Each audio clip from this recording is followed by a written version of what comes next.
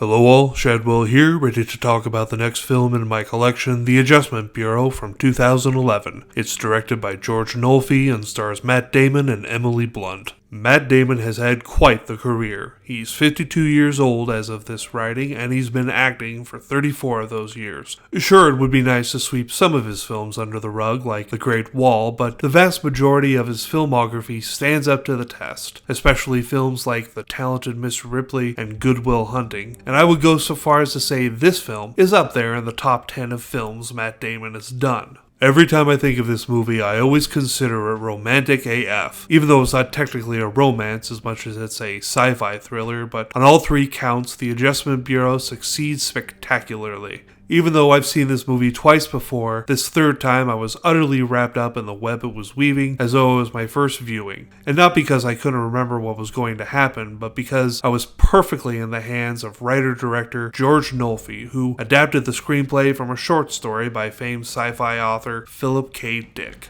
I just learned that Nolfi's most recent filmmaking venture is another film that features Anthony Mackie called The Banker that I am definitely going to check out now.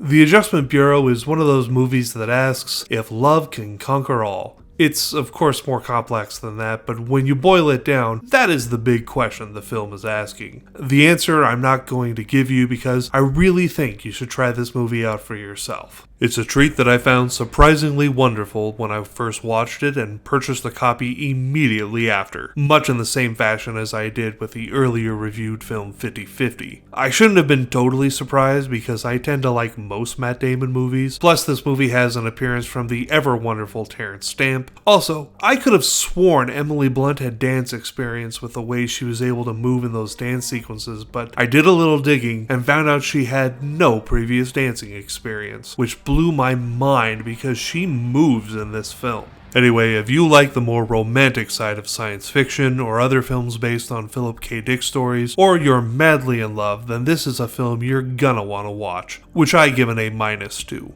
Join me tomorrow when I talk about the wonderfully irreverent live-action film, The Adventures of Rocky and Bullwinkle. See y'all then.